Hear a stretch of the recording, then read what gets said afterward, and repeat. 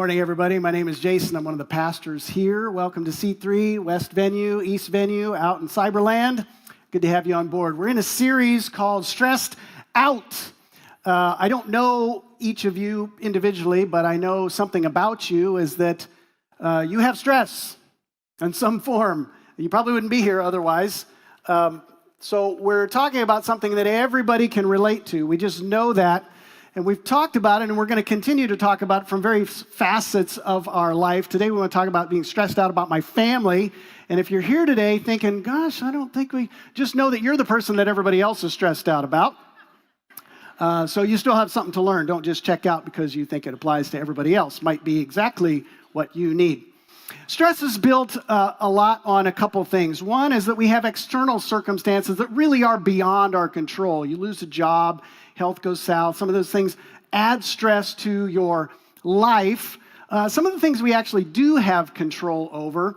And then one of the observations that I make on myself, and by the way, these shouldn't be platitudes today that I'm just handing off to you. I'm shoulder to shoulder with you on this whole family stress thing. And like I say, some of the days I'm the disease, not the cure. So, but we know that we can sort of cope with those things maybe at work, or we can cope with them with our buddies, or we can, but at some point we have to bring it home. And when you get multiple people who are dealing with multiple stressors, and then you put all that together, that creates a recipe for disaster sometimes. But it's built around something sometimes that we should just acknowledge right on the front end, is that we have expectations. There's a lot of pressure, some of it's self-induced, but we sort of get caught up in it sometimes, that our story ought to look like XYZ family over here. Our situation ought to look like this. Our marriage ought to look like this. Our kids ought to look like this. And ours don't. So we navigate this gap between expectations and reality. I'll give you some examples. Ladies, when you were out there looking for Mr. Right, your expectation was probably this guy. Strong, ruddy, handsome. Have you seen him in Dune? He's pretty good. The reality, though, was this. Nobody here, of course. But you find that perfect person, and they find their perfect person, and you start a family, and we have expectations for when babies come along. Oh, it's going to be so cute. We're just going to have smiley kids all the time, and everything's going to be great. The reality turns into this.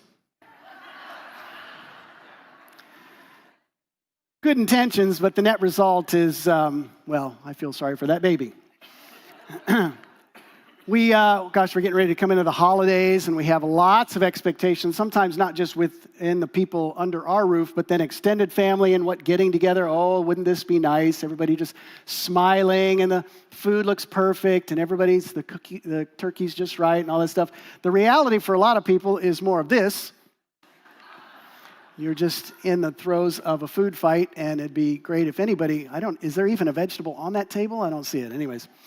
Family vacations, a lot of times we just want to create these perfect experiences where we all get together and we can build sandcastles and just make these great memories, and we're just laughing and smiling all the time. The reality, maybe this is a little more personal for me, I find that I'm that guy. I'm buried in the sand, and there's nobody really around to bail me out. They've all gone and had lunch, and I'm there to burrow myself out. You maybe can relate, obviously, some humor in with all of that, but stress is a reality for all of us, and there are expectations that sometimes just add to the weight of that. We feel the pressure to sort of be a certain way, and sometimes, if we're really honest, what we'd like to do to eliminate stress is to get rid of all the negative circumstances.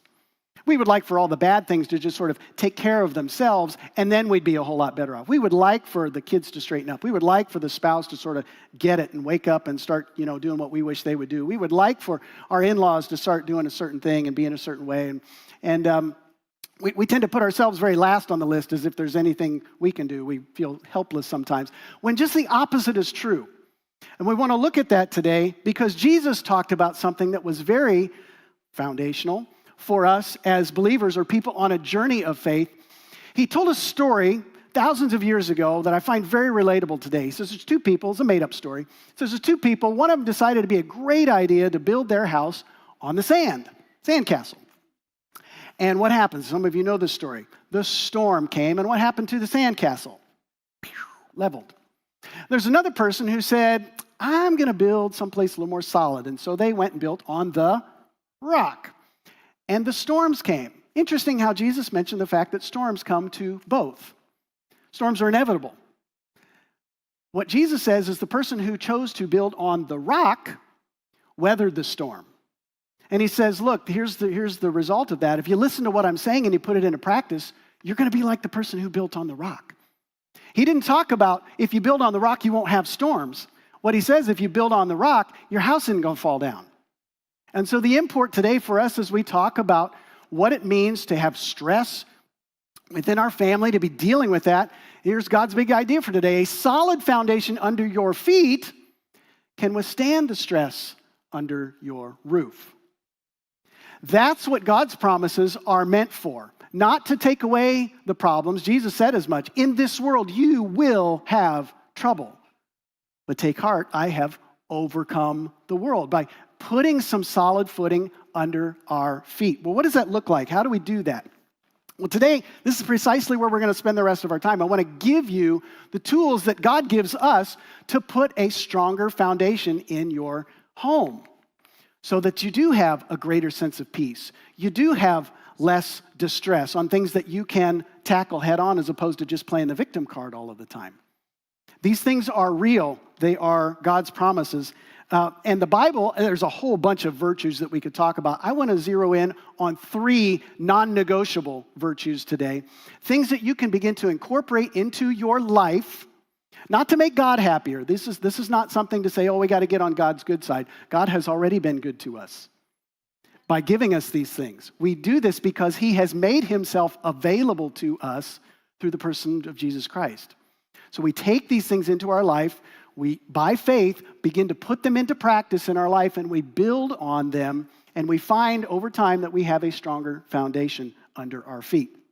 First virtue I want to talk about is consistency. Consistency. You say, I don't remember reading the word consistency in the Bible. We'll get around to that in just a second, but I want to tell you a story first. Leadership expert a long time ago named Jack Grapple, who was a performance coach, worked with sports and with athletes to improve their performance, told a story about his training center. He invited some NFL players down and gave them a very simple sort of experimental test. He says there's a white fence about a mile down this path through the woods. Your mission is to run the path. Gave them a generous amount of time. It's not like they had to really sprint to get there. Is to run down, touch the white fence, come back. They're like, that's it? That's it.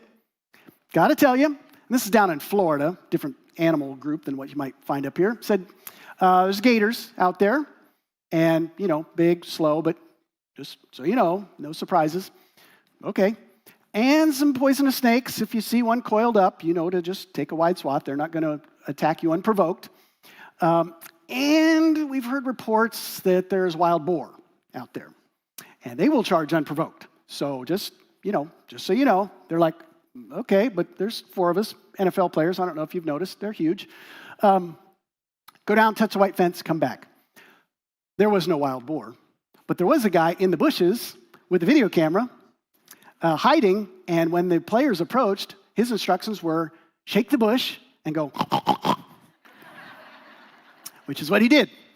We're not going to watch that footage today, but you can YouTube it, and it is hilarious. I laugh every time because, as you can imagine, those big old guys got right up there, and the bush shook, and they heard, and they ran the opposite direction, much quicker back to their start point. And they didn't touch the white fence. They didn't complete their mission. A couple weeks later, Dr. Grapple tells of having some FBI special agents. Same training facility, same instructions, same set of variables, same guy out in the bushes, shake the bush, make the boar sound. He says what was interesting about these guys is when they came up to that same point and the guy shook the bush and made the sound, they did something very different. You know what they did? And to the fact where the guy in the bushes was scared because he didn't know if they kept their guns or not. I surrender. Turned the tables. And once they figured out that the boar wasn't real, what did they do?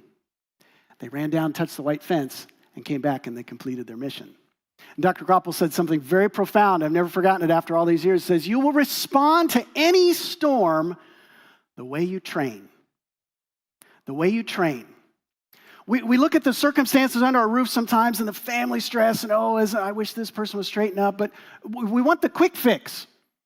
We want to just, half-hour sitcom the whole thing all the time. And that's not how this works. It was never intended to work that way. The Bible takes this view, uses the word discipline. Now, some of you have heard the word discipline and the Bible associated with punishment. God's discipline. Just here, stick around so you can get yours. That's not what discipline really implies in the larger context. Ephesians 6:4, a perfect example. Fathers, do not exasperate your children. Otherwise, the adults in your home, people who are more mature. Don't wear everybody else out just by nagging them or staying on them or being negative or all this stuff. Instead, bring them up in the training and the instruction of the Lord. Does that sound like one-stop shop to you? No. That sounds like daily exercise, discipline, training, consistency, doing the same thing day after day after day. Now, some of you are listening to the day after day after day, and you hear the word insanity because you're like me, you've heard the word doing the same thing over and over again, expecting different results. What's different about this is that when we do what God is asking us to do, He's changing us. You catch that? The circumstances around you may feel like you're just circling the drain all the time, but God is in the process of growing us. And when we play the long view, here's what Hebrews teaches us. It says, no discipline seems pleasant at the time. It's not like, oh gosh, boy, today was such an awesome day of doing the right thing. Sometimes you're just going to feel like you've been in a boxing match. No discipline seems pleasant at the time, but painful. Later on, however, it produces a harvest of righteousness and peace for those who have been trained by it. Now, some of you didn't experience that in your home, and you're generation one of trying to put this in place. Others of you have experienced it, and I see heads nodding because you understand the value of that. At the time, it seemed like mom and dad were just, our grandma and grandpa, our aunts and uncles were being so, what they were doing was they were training us. They were trying to put these things in place and to be consistent in doing them, sticking around to see how it was, and to play the long game. I've latched on so hard these days, forgive me if you're one of them, but to parents who are further down the road than I am, because in the grind, in the ditch, in the tunnel of all this stuff, you feel like, am I just wasting my time? They're not getting it. And there is the tendency to just give up, say, forget it. Let them don't do that. Because parent after parent after parent, family member after family member says, in the long run, it pays off. It really does. But you gotta be consistent. And when you do, that foundation under your feet becomes more solid. The stressors that come in don't get you so bad. You can withstand them because God has given you something through His word and His promise, something you can build on. Let's talk about a second one. I'm going to ask a question first. What are the routines, your current routines, a little self-evaluation, what are the current routines under your roof producing? Think about this, because we operate in routines. We know this. Today's kind of a weird one, but typically you get up at the same time every day. Probably have about the same thing for breakfast. Kids go to school about the same time, or you go off to work about the same time. You do the things that you do in a pretty routine manner. What are those things producing in your home? Are they producing righteousness and peace? Because that's the promised result when we do what God is asking us to do, and we do it consistently, and we do it His way. Are you building character in your home? Are you increasing resilience in your home? Is there a greater sense of peace because of the things that you are putting into practice? If they're not, you need to stop and examine that. That's what we're supposed to, not to feel bad about it, but to say, okay, God, clearly what I'm doing ain't working. And so I'm going to need your help in putting myself on some solid footing. Second virtue we want to look at is humility. Humility. Bible does talk a lot about humility, but other people do too. It's so interesting. I read books oftentimes outside of Christian faith because I want to hear secular perspective on things, and business is a great one. As a leader in our community and here and other places, I want to get good training, sound wisdom on what it takes to be a good leader. And I would expect to hear all kinds of things than what I hear currently in today's leadership culture. I would expect to hear a lot about got to be tough, got to really, just get in there and roll your sleeves up and just be that guy that everybody hates and worry about profit and loss and your shareholders and all this stuff. I hear just the opposite. Pat Lencioni, who's a leadership expert that I've listened to for years and years, has written a book called The Ideal Team Player, and he talks about 3 virtues, and humility happens to be one of them. In a business culture, humility, here's what he says, and of course the application for families here too. Great team players lack excessive ego or concerns about status. They're quick to point out the contributions of others and slow to seek attention for their own, for themselves. He goes on, they share credit, they emphasize team over self, they define success collectively rather than individually. It is no great surprise that humility is the single greatest and most indispensable attribute of being a team player.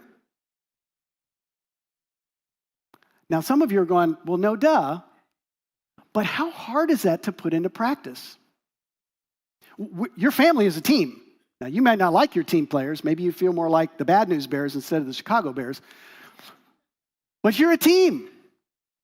And I got to wonder sometimes what your team really looks like. Are you playing more like a free agent at your team, on your team?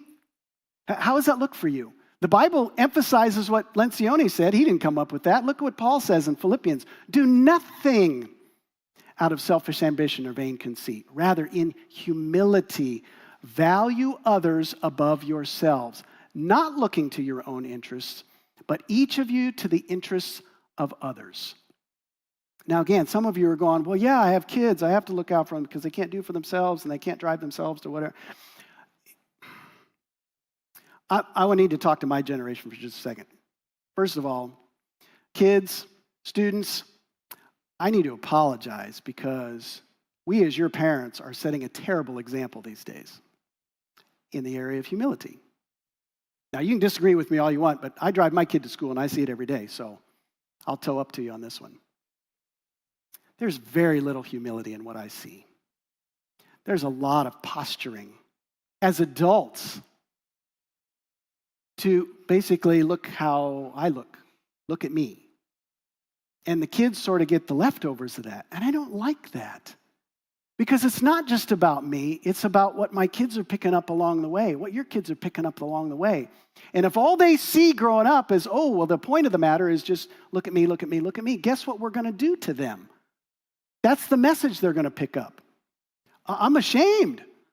It's got to get better. How does it get better? Humility. This is how it gets better. It's a foundation you put under your feet, and you begin to practice that, and that becomes the influence. I think we're always going to be fighting upstream, honestly. But it's worth it. It's worth it because the people under your roof deserve it. It's one of the main things we can do to put ourselves on more solid footing, to address the stressors that come, is just by being humble. I remember as a kid growing up, learning, it shook my world at the time, but learning that my parents made mistakes. Do you remember when you found that out, your parents were not perfect? I was like, oh my gosh. It was probably the greatest gift they could give me, though. It's not that they were trying to screw up all the time, but I understood that, you know what? We're just human to human. Do you have that kind of relationship in your home where the people around you understand that you're just trying to slug it out too? And students, I've never heard anybody around here all these years say, gosh, I wish I was in high school again. It's hard. It's hard, but at your age, I'm telling you right now, at your age, if you can begin to put this in your tool belt, you are miles ahead in the way your life is going to turn out, in the character that you're building. Bible says it too, don't look down on people because they're young. Young people have the opportunity to leverage that and to build that in and to probably have greater influence as less, dummies 50 plus who are just coming on board with some of this stuff. Use humility as solid footing for your life. So here's a question. What are you most concerned about? Really? Who are you most concerned about? Are you really looking out for the best interests of everybody else? Or are you gaming the system so you also make sure that it makes you look pretty good too? Can I give you some encouragement there? If we're doing it God's way, guess who's really going to get the credit? God. We're going to sit there and go, I don't know how it all worked out. I just decided to do it his way, and He made it all better. He fixed it. He worked in us. He did some cool things. Third virtue I want to look at is empathy. Empathy. Not necessarily a Bible word. That's kind of evolved over time as social sciences have come around and we've kind of tapped into the nature of human relationships. The Bible talks about connection and compassion. Jesus talked a lot about compassion, demonstrated that. And so those are, to me, interchangeable words. What isn't an interchangeable word is sympathy. I'm in a line of business where I'm working with grieving families a lot, and I ask them a lot of times, what are the people around you saying? And they'll talk about the things that are helpful and the things that are not helpful. And it points out a really critical difference to me between what sympathy is and what empathy is. Some of you would know the name Brené Brown. She's a sociologist who has become more popular over the years with some of her books and lectures and all this, gives a really great sort of working definition of these two terms. And I want to launch off of that and talk about something in a minute. Check this out. So what is empathy, and why is it very different than sympathy? Empathy fuels connection. Sympathy drives disconnection. Empathy, it's very interesting. Teresa Wiseman is a nursing scholar who studied professions, very diverse professions where empathy is relevant, and came up with 4 qualities of empathy. Perspective taking, the ability to take the perspective of another person or recognize their perspective as their truth. Staying out of judgment, not easy when you enjoy it as much as most of us do. Recognizing emotion in other people and then communicating that. Empathy is feeling with people.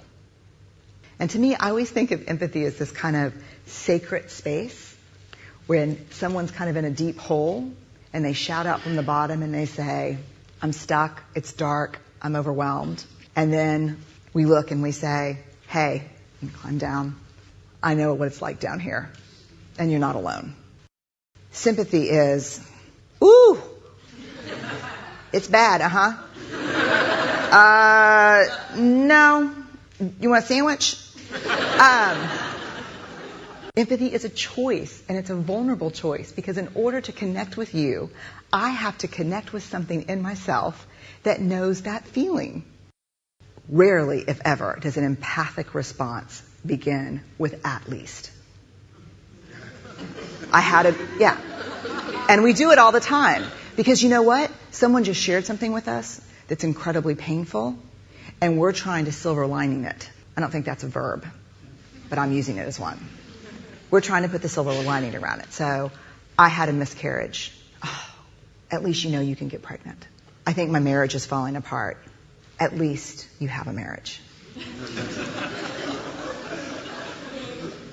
John's getting kicked out of school. At least Sarah is an A student. But one of the things we do sometimes in the face of very difficult conversations is we try to make things better. If I share something with you that's very difficult, I'd rather you say, I don't even know what to say right now, I'm just so glad you told me. Because the truth is, rarely can a response make something better. What makes something better is connection.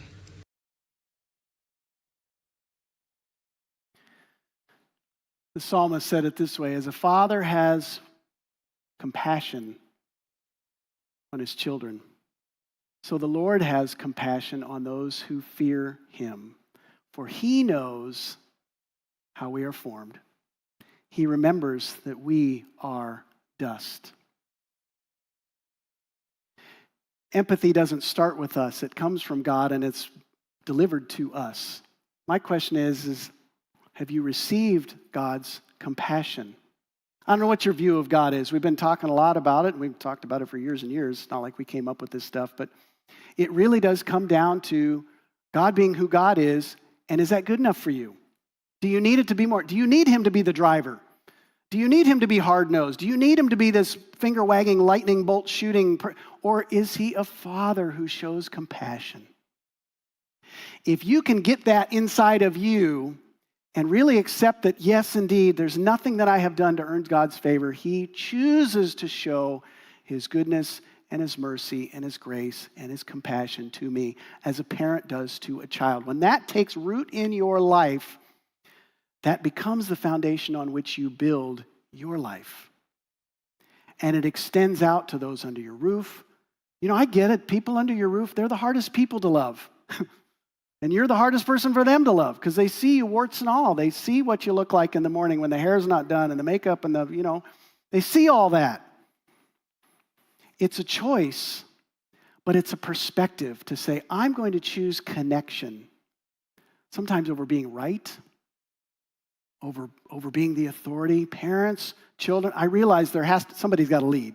Parents, you're supposed to lead, by the way. Don't let the kids do that. But there has to be a point where you come in eye to eye and say, are you okay? Do you know how smart kids are? They're pretty smart.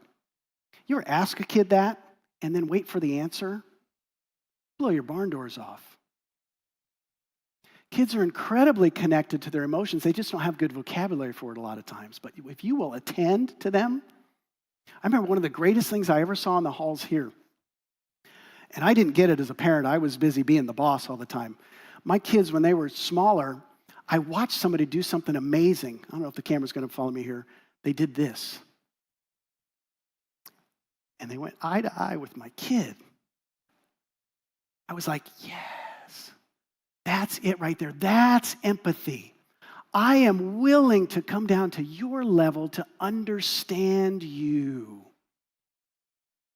Do you have that kind of relationship with the people under your roof? Are you initiating that kind? We'd love to have it happen to us.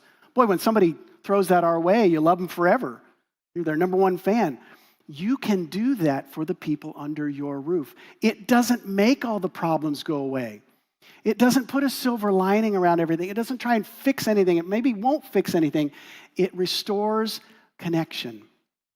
It communicates compassion. It heals us. It's one of the greatest gifts that God ever gave us because at the end of the day, we don't fix anything anyways. He does the fixing. He does the healing. We just put this stuff into practice and trust that He is at work when we will do it. And that is solid footing. I want you to imagine sitting around your dinner table tonight, and instead of talking about the usual, how was this, how was that, to look eyeball to eyeball with somebody around your table and go, how are you? You doing okay? And to let them answer. Be a really interesting dinner conversation. And not just a one-time deal, something that you begin to put into practice over time so that people really know, kids and adults alike, in-laws, outlaws, whoever, that you really care. That you really care. It's all we ever want is to know that somebody cares and to be able to communicate that. I think a lot of, as a parent right now, I'll just say I operate from anxiety way too much. I'm trying to predict futures and I'm nervous about outcomes that haven't even happened yet. I mean, on any given day, both my kids are in jail or on drugs or, whatever. It hasn't even happened yet. Can't even get them to put on clothes a lot of days. So why am I worried about jail and all that? To say, look, you got to step it back. I don't have to be the hard-nosed person. You don't have to be that person. You can exercise compassion in your family. You can demonstrate empathy and trust that God is doing something great in their heart and in their life and in their legacy as you move forward. It's very hard to know how to edit. They give me a half hour. I don't want to get too deep, too much into the pain points, but I know, because I know it's happened for years and years around here, some of you, this is your last stop before divorce court. This is your last stop before some other regrettable life choice. This is the last grasp for you because you cannot stand more stress under your roof. You can't do it. You don't know if you're going to make it. You don't know. It seems like everything's just unraveling. Your sandcastle has been demolished 2 or 3 times. How are we going to make it? And all I can do is tell you a story. And it's not going to be easy because she's sitting right there. Last summer, I got a call to help with a vow renewal service. I love doing those. It's great. 10 years marriage. Hey, we want to, God's really done a work in our lives. Will you come participate in this? I'm happy to. And beautiful outdoor ceremony with husband, wife, kids. I said, tell me your story. I don't know you guys. Tell me your story. It's Tessa and Cody. You can meet them. They're living people around here. A lot of similarities maybe to your story. Married young, kids pretty early on in the relationship. Husbands deployed. They said they spent the first, couple years more apart than together. They only had like a couple months together, so you can imagine the stress that involves. Financial pressures, raising kids, relationship struggles, throw maybe some unhealthy coping in there and some anxiety about, marriage being on the rocks. You just feel how tenuous that is. Not solid footing. And after just the struggle of that, and are we going to make it, are we not? Finally, a turning point that brought Tessa, at least to start, here with the kids and started coming regularly. And not that church fixes everything, but it's amazing to me how we begin to assimilate and we listen and we take this stuff to heart that God does a work in our lives. And Tessa at one point agreed by faith to say, yes, this is true for me. Jesus, I believe in you. And that example spread not just to her kids, but to Cody, who started coming too. And the practice and the discipline, the training of doing that over time, what that produced in their life started healing their marriage. It started making them better parents. They saw it in the lives of their kids. Their finances, things that, health, all this stuff, it didn't fix everything, but it began to put them on more solid ground. I said, that's an incredible story. At the 10-year mark to say, this isn't just a recommitment of our vows. It's a statement to the world that God did all of this. And we give him the credit for it. And they're creating a new legacy now. I said, that's amazing. What do you tell people when they know your story? Some of you knew the before. Some of them knew the before, and now they know the after. What do you tell them? They said, you know what? We didn't give up. We fought for our marriage. We fought for that first. We recognized that was the pivotal relationship under our roof. And the moment we zeroed in on that and began to work on that relationship, ask God to heal our hearts, to bring us closer together, then there began to be influence outside of that. And things that seemed to be completely unrelated, all of a sudden were getting better. We were making better decisions because we were together. We got humble as a team. We started really caring for what the other person was going through, not just how we came out looking. And that effect began to grow and grow and grow and grow. And the legacy continues. That can be your story because it's sitting right here. It's true. It can be true. Do not give up hope. Do not give up hope. God promises when you put solid foundation under your feet, you can weather the stresses and the storms up above. You can do it. You can do it. God will help you, and by his grace, he gets the glory for the good that comes from that. God sees futures, not failures. He doesn't care what the past has been. He's working on something new. Don't you understand that? He wants to give you something new, something better, something beautiful. No matter what the past has been, will you take him at his word? Let's pray. God, I'm so grateful you give us what we need. It doesn't always feel good. Discipline doesn't feel great, but it's a tool that by your grace we can put into our lives and build on something that lasts. And you get the credit for that. God, I think about Jeremiah who, in a moment when he was feeling beat up, God, you took him down to a potter's house and he watched a master take this old lumpy, gross ball of clay and turn it into something beautiful.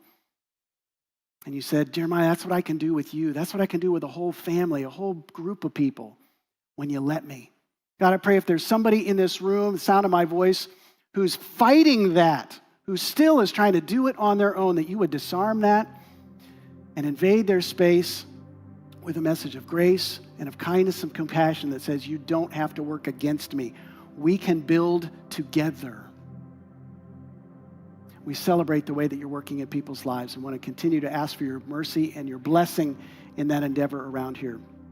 We give you thanks in Jesus' name. Amen. Hey, thank you so much for joining us this morning at C3 Tri-Cities Online. We are so glad that you joined us. Hey, if you could take a minute and go on the C3 Tri-Cities app or online to fill out the Connect card, we would love to hear from you. We'd love to pray for you and just see how life's going for you at this time. I hope you have an amazing week, and we look forward to seeing you again soon.